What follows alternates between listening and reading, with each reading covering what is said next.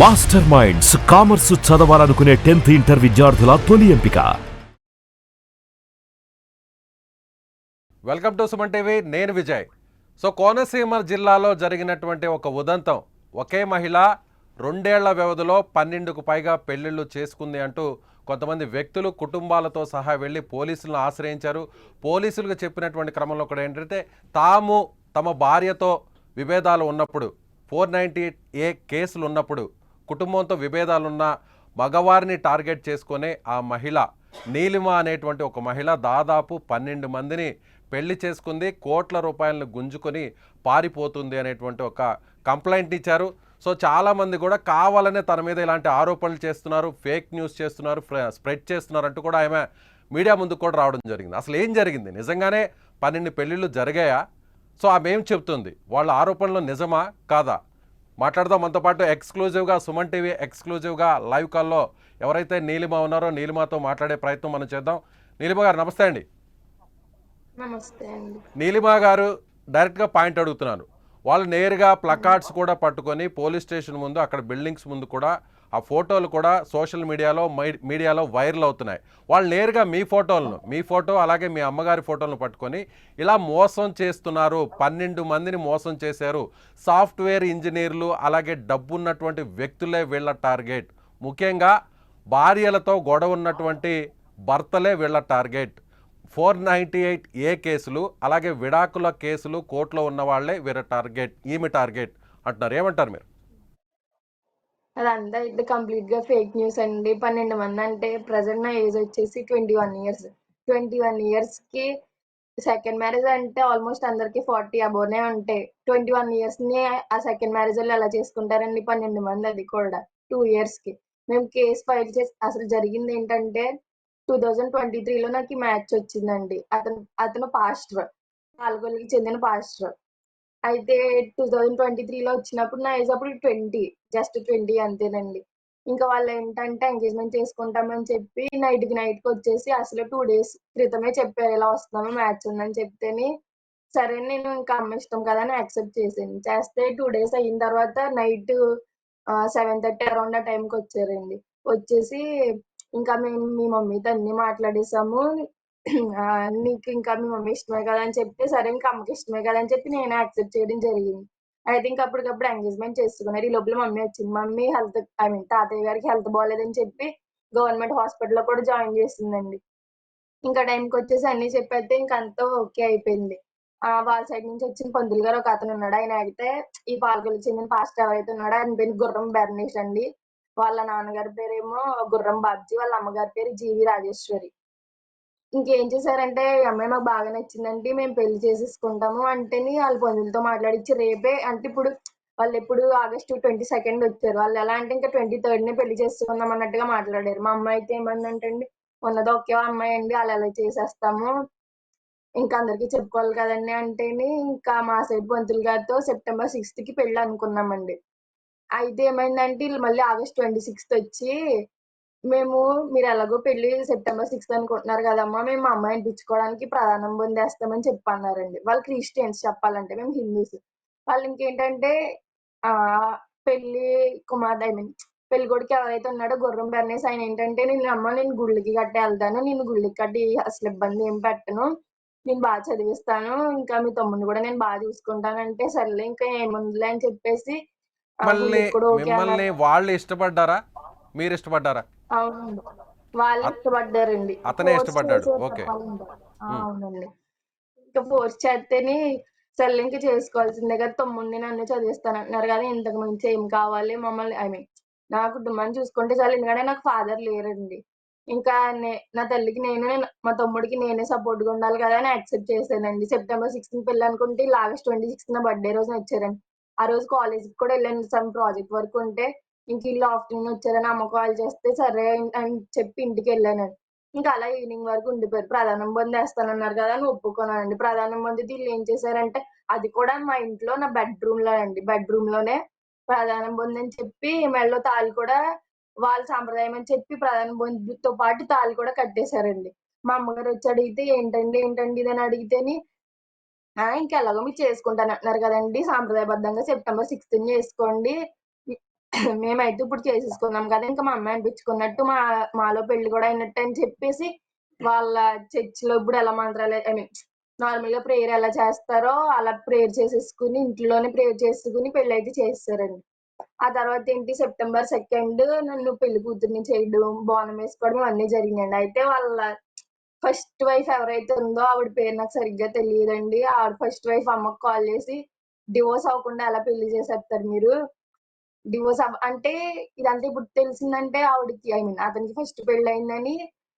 నాకు ఆగస్ట్ 26 పెళ్ళైతే ఆగస్ట్ 28 తెలిసిందండి పెళ్ళయిందని చెప్పి. ముందు తెలిసిందే. తెలియలేదండి. అయితే ఓకే, కంటిన్యూ చెప్పండి. పెళ్ళైన పెళ్ళయిందని తెలీదండి. పెళ్ళయిందని తెలియకపోతే ఇంకా అన్నీ అయిపోయిన తర్వాత ఇంక చేసేదేం లేదు కదా! అంటేనే ఆల్రెడీ మేము ఆళ్ళకి డివోర్స్ ఇచ్చేసాము. ఆవిడకి మాకేం సంబంధం లేదు. చాలా రకరకాలుగా చెప్పారండి. ఏంటి పెళ్లి స్టేజ్ మించే పెళ్లి కూతురు ఎళ్ళిపోయింది. ప్రేమించినోడి కోసమని ఒకరు చెప్పారండి వాళ్ళ చర్చిలో వాళ్ళే. మళ్ళీ ఇంకొకళ్ళేంటంటే పెళ్లి జరిగిన సంవత్సరానికి ఎళ్ళిపోయింది, 6 నెలలకి ఎళ్ళిపోయిందని ఇంకొకళ్ళు చెప్పారండి. ఆవిడ మంచిది కాదని ఇల్లు వదిలేసుకున్నారని ఇంకొకళ్ళు చెప్పారండి. ఇంకా అయన్నీ ఫేక్ అని వదిలేసామండి.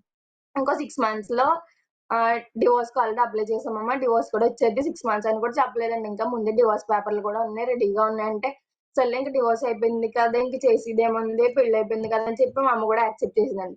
అప్పుడు సెప్టెంబర్ 2 నైట్ వాళ్ళ ఫస్ట్ వైఫ్ ఎవరైతే ఉన్నారో ఆవిడ కాల్ చేసి అంటే తర్వాత అమ్మాళ్ళు ఎంక్వైరీ చేశారండి. చేస్తేని ఇలా పెళ్లయిందమ్మా. 2 పిల్లలు కూడా ఉన్నారు. ఒక పాప, బాబు ఉన్నారు. సేమ్ వాళ్ళ ఫోటోలు కూడా ఉన్నాయండి మా దగ్గర. వాళ్ళేంటంటే భయపడి ముందుకు రావట్లేదండి. అంటే ఇప్పుడు ఇతను ఇప్పుడు మొదటి ఎవరితో భార్యకి ఇంకా విడాకులు ఇవ్వలేదంటారా? ఇవ్వలేదండి. వాళ్ళు కూడా కేసులని తిరుగుతున్నారు తప్ప వాళ్ళకి ఎవరు ఓకే, సపోర్ట్ మిమ్మల్ని చేయట్లేదండి. పెళ్లి చేసుకునే టైంకి మొదటి భార్యకి పెళ్లి చేసుకుని ఎంత టైం అయింది? మొదటి భార్యని పెళ్లి చేసుకుని ఎంత టైం అవుతుంది? ఎన్ని సంవత్సరాలు అవుతుంది? 14 ఇయర్స్ అలా అవుద్దండి. అంటే 2 4 పిల్లలున్నారు. సంవత్సరాలు. ఒకళ్ళు ఏజ్ 13, ఒకళ్ళు ఏజ్ 11. ఆ. సో ఆ! మీకు ఇప్పుడు మీరు పెళ్లి చేసుకున్నటువంటి ఆ వ్యక్తికి మీ భర్తకి ఎంత ఏజ్ గ్యాప్ ఉందండి?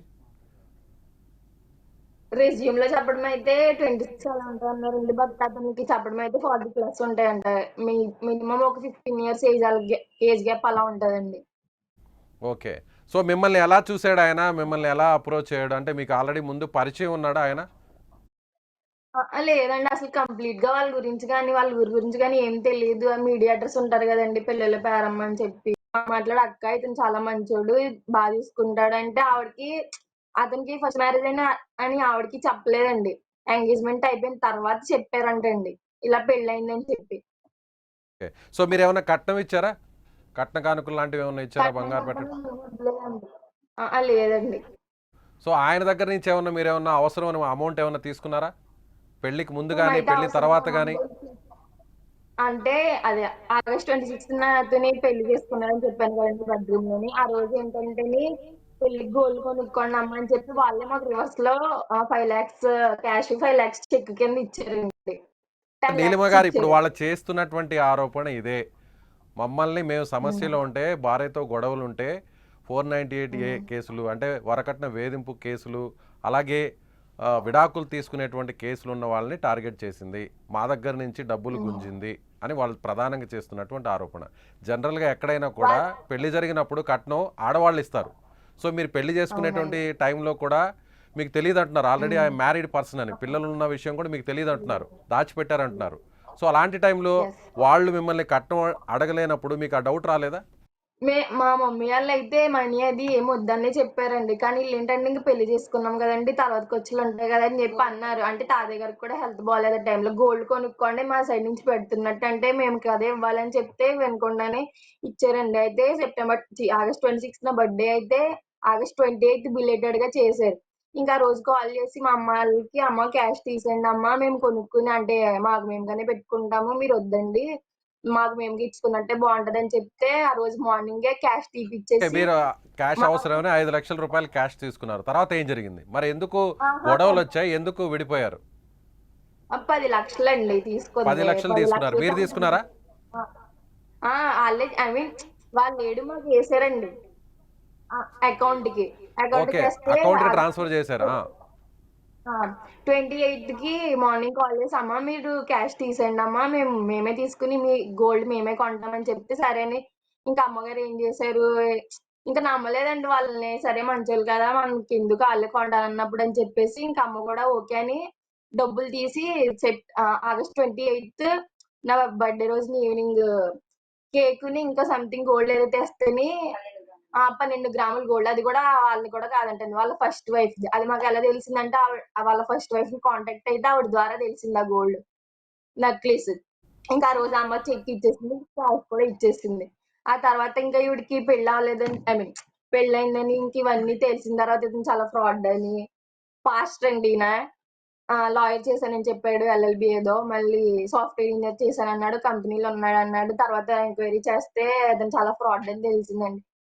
చర్చ్‌కొచ్చిన వాళ్ళని వేరే వేరే కంట్రీస్‌కి ట్రాన్స్‌పోర్ట్ చేస్తామని, పెళ్లి పేరుతో మోసం చేసి ఇలా చేస్తారని తెలిసిందండి. ఇంకా అమ్మ ఇంక వద్దు అంటే నార్మల్‌గా క్యాన్సిల్ చేసుకోవచ్చని మాట్లాడి. కానీ ఇలాంటోళ్ళని ఏంటి ఇలా పోలీస్ స్టేషన్‌లో మీరు కట్టా తీసుకెళ్తేనే మోసపోయినప్పుడు మీరు మోసపోయినప్పుడు ఆల్రెడీ మ్యారీడ్ అయిన పర్సన్ మిమ్మల్ని మోసం చేశాడని తెలుసుకున్న తర్వాత మీరెందుకు పోలీసులను ఆశ్రయించలేదు?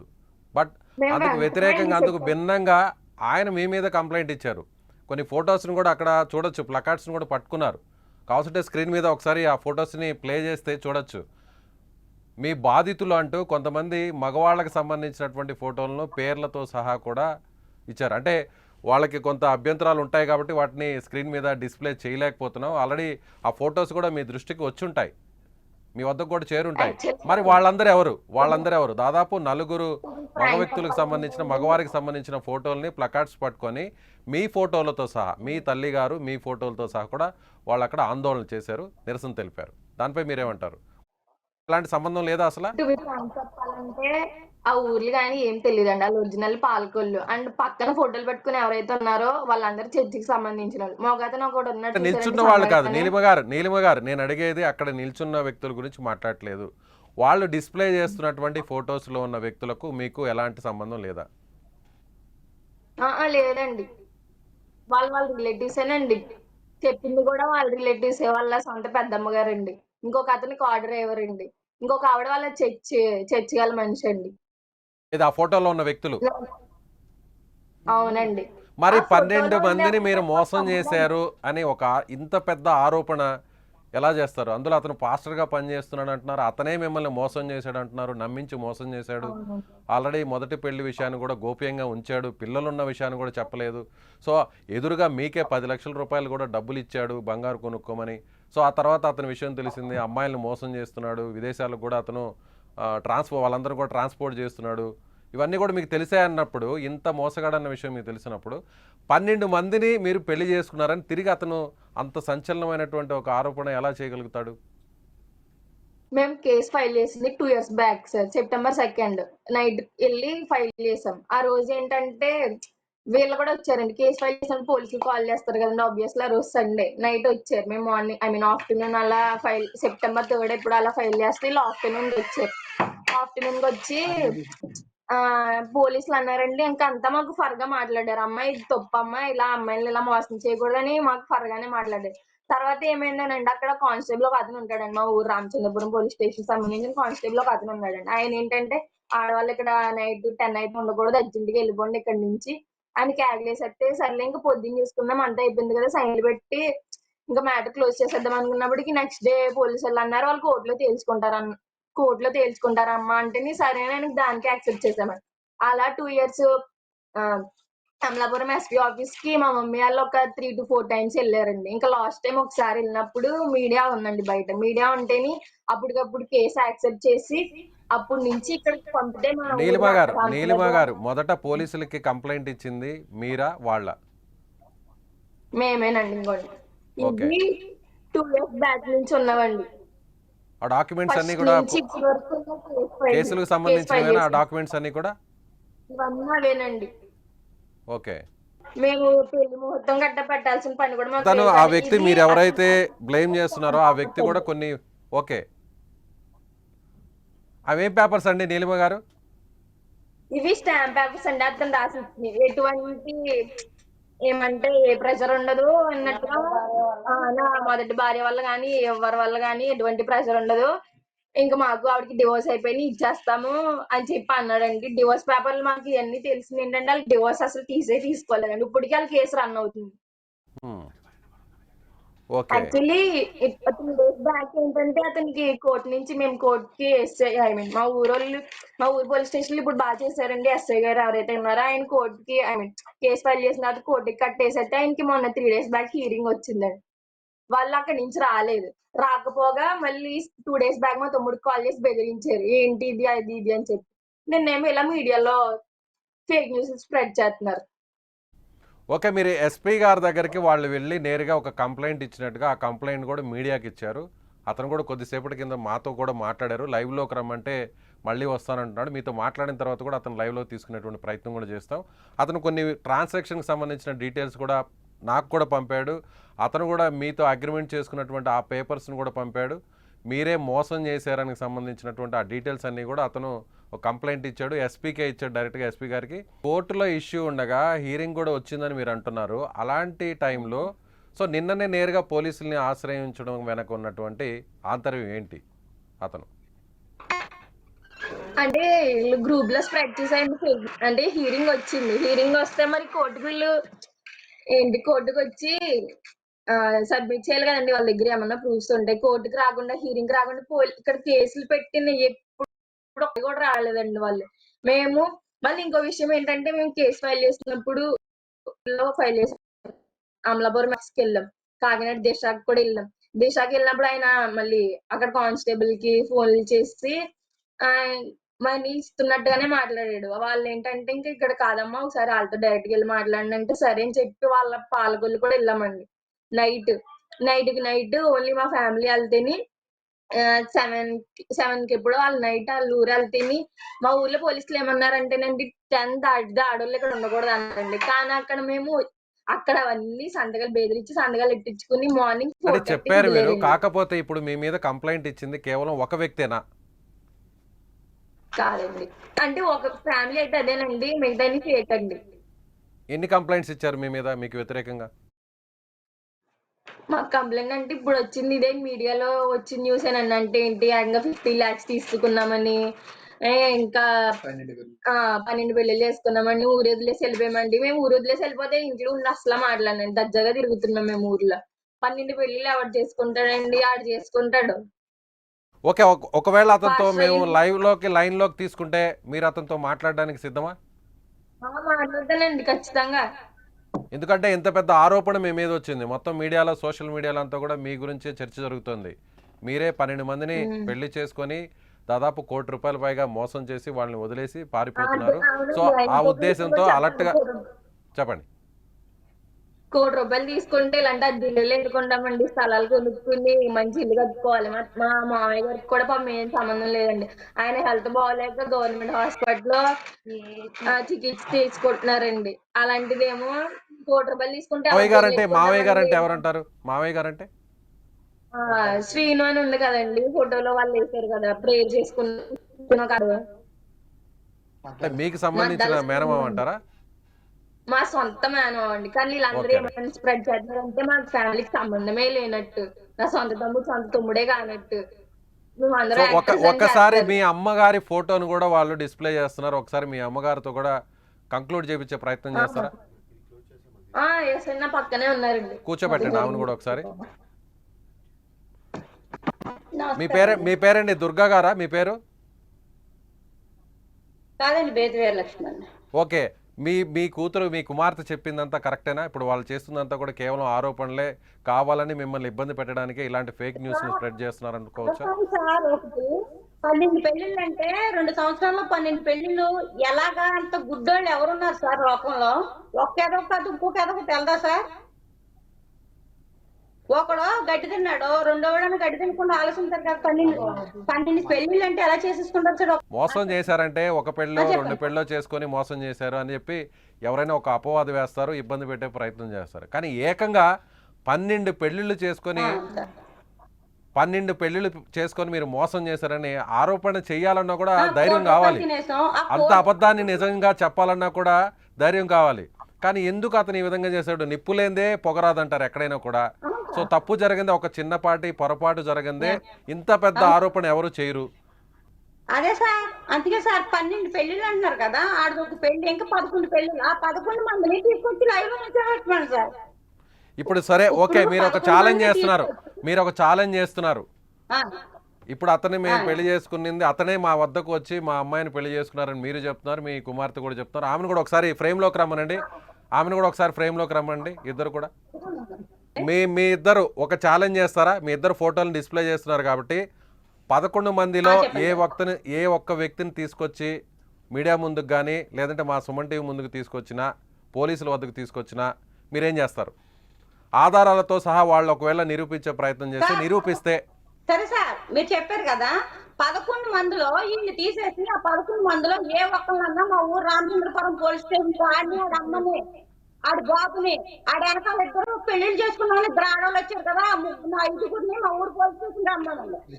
అప్పుడు విత్ ప్రూఫ్లతో సుద్దా మా పాపను పెళ్లి చేసుకున్న తాళి కట్టిన ఫోటోలతో సుద్దాగా తీసుకొచ్చి నిజంగా సరైన వాళ్ళు వచ్చి నిలబెట్టమనండి. అక్కడ ఇద్దరు చచ్చిపోతాం, లేకపోతే ఐదుగురిని ఇంకేమో మీరే చెప్పండి. మీరేమంటారు నీలిమ గారు, మీరేమంటారు? 12 మంది అన్నారు, తీసేస్తే ఇంకా 11 మంది ఉంటారు. 11 మంది ప్రూఫ్ సబ్మిట్ చేస్తే వాళ్ళు ఏం చెప్తే అదే చేస్తామన్నా. అయితే మాకు న్యాయం జరగలేదంటే మేము చచ్చిపోవాలి. ఈ రెండోది ఏం జరగదు. తప్పు. సో అలాంటి తప్పు ఒకవేళ ఆరోపణ అపవాదం మీ మీద వచ్చింది కాబట్టి, నిజం ఎప్పుడైనా నిప్పు లాంటిది, తప్పు చేసిన వాడికి ఎప్పుడైనా సరే శిక్ష తప్పదు, అది ఎవరైనా సరే. సో మీరు చెప్తున్న దాని ప్రకారం మీరు చెప్పేటువంటి మీ వర్షన్ కరెక్ట్ అయితే మరికొన్ని గంటల్లో లేదా కొద్ది రోజుల్లో పోలీసులు కూడా వాస్తవాలని నిగ్గు తేల్చుతారు. మీరు ఎక్కడా కూడా తొందరపడద్దు, ఎక్కడా కూడా మీరు అన్నట్టుగా వేరే అఘాయిత్యాలు చేసుకోవడం అనేది వద్దనేది మేము రిక్వెస్ట్ చేస్తున్నాం. అలాంటివి చేయొద్దు. మీ మీద వచ్చినటువంటి తప్పును, మీ మీద జరిగినటువంటి ఆరోపణను వాళ్ళు మిమ్మల్ని తప్పు అంటున్నారు కదా, దాన్ని ప్రూవ్ చేసుకునే ప్రయత్నం చేయండి. చెప్పండి. వాళ్ళు నిజంగానే చేయలేదంటే ఒరిజినల్ ఫేస్ లో చూపించచ్చు కదా. వాళ్ళ మదర్ వచ్చి వాళ్ళ పక్కన ఎవరైతే ఉన్నారో వాళ్ళ పిల్లలు పెళ్లి చేసుకున్నాను అన్నారు కదా, వాళ్ళు ఎవరైతే అంటే వాళ్ళ రిలేటివ్స్ అండ్ వాళ్ళ చర్చికి సంబంధించిన వాళ్ళు. మా దగ్గర దానికి సంబంధించిన ఫొటోస్ కూడా ఉన్నాయి, కావాలంటే మీకు షేర్ చేయమంటే షేర్ చేస్తాం. అది ఇలా బ్యానర్లు పట్టుకుని ఎవరైతే ఉన్నారో వాళ్ళ రిలేటివ్స్ అండి. ఒకళ్ళు పెళ్లి కొడుకు పెద్దమ్మ అండి, ఒకతాడు వాళ్ళ ఫ్యామిలీలో ముగ్గురే. మా పాపలో మేము 7 పెళ్లిళ్ళు చేసుకున్నాం కానీ కంప్లైంట్ పెట్టారు కదా. ఇప్పుడు ఆ ముగ్గురు మా అమ్మ 11 పెళ్లి, ఈడు పెళ్లి తీసేస్తే 11 పెళ్లి. ఆ 11 ప్రూఫ్ తో తీసుకొచ్చి రామచంద్రపురం పోలీస్ స్టేషన్ ముందు నిలబెట్టాలండి. ఎందుకంటే ఇతనితో పెళ్ళైంది, మా దగ్గర ప్రూఫ్ ఉందండి. ఫొటోస్ అన్ని, ఎంగేజ్మెంట్ ఏంటి, పెళ్లికి ఏంటి, అన్ని ప్రూఫ్స్ ఉన్నాయి. మరి ఆ 11 మందితో కూడా నేను చేసుకునే ప్రూఫ్స్ ఉండాలి కదండి. అన్ని కూడా విత్ ప్రూఫ్స్ తో రాకపోతే ఇక న్యాయ దేవుడే చేయాలండి. ఓకే, అతన్ని కూడా ఒకసారి లైవ్లోకి తీసుకొని మాట్లాడించేటువంటి ప్రయత్నం కూడా చేస్తాం, మీకు కూడా కాల్ బ్యాక్ చేస్తాం నీలిమ గారు. సో మీరైతే ఒక ఛాలెంజ్ చేస్తున్నారు, ఇది మాకు ఎలాంటి భయం లేదు, మేము తప్పు చేయలేదు కాబట్టి మాస్కులు కూడా వేసుకోకుండా మీడియా ముందుకు వచ్చాం, సుమన్ టీవీ ముందుకు వచ్చాం. వాళ్ళు కూడా తప్పు లేకపోతే, మా మీద చేసినటువంటి ఆరోపణలో నిజం ఉంటే వాళ్ళు కూడా మీడియా ముందుకు రావాలి, వాళ్ళు కూడా సుమన్ టీవీతో మాట్లాడాలి. ఒకవేళ మాట్లాడితే మేము కూడా మాట్లాడడానికి సిద్ధంగా ఉన్నామని నీలిమ, వారి కుటుంబ సభ్యులు, ఆమె తల్లే, సోదరుడు కూడా చెప్తున్నారు. సో చూద్దాం నెక్స్ట్ ఏం జరుగుతుందో. నీలిమ చెప్పిన దాంట్లో ఎంతవరకు వాస్తవం ఉందో, తానే మోసపోయాను, తాను 12 పెళ్ళిళ్ళు చేసుకున్నాను అని వస్తున్నటువంటి వార్తల్లో ఎలాంటి నిజం లేదు, కావాలనే ఒక ఫేక్ న్యూస్ని అతను స్ప్రెడ్ చేస్తున్నాడు. సో రామచంద్రాపురం పోలీస్ స్టేషన్కు ఏ వ్యక్తి అయినా సరే, అతను కాకుండా మిగతా 11 మంది ఎవరైతే భర్తలని చెప్తున్నారో వాళ్ళలో ఒక్కరిని తీసుకొచ్చి ఆధారాలతో నిరూపించినా సరే, దేనికైనా సరే తాము సిద్ధంగా ఉన్నామంటూ నీలిమ ఫ్యామిలీ చెప్తుంది. సో ఈ వీడియో చూసిన మీకు ఏమనిపిస్తుంది? నీలిమ చెప్పిన దాంట్లో, నీలిమ కుటుంబ సభ్యులు చెప్పిన దాంట్లో ఎంతవరకు వాస్తవం ఉందని మీరు అనుకుంటున్నారు? మీ అభిప్రాయాన్ని కామెంట్ చేయండి. సుమన్ టీవీలో మీ పర్సనల్ అండ్ బిజినెస్ ప్రమోషన్స్ కోసం కింది నెంబర్కి కాంటాక్ట్ చేయండి.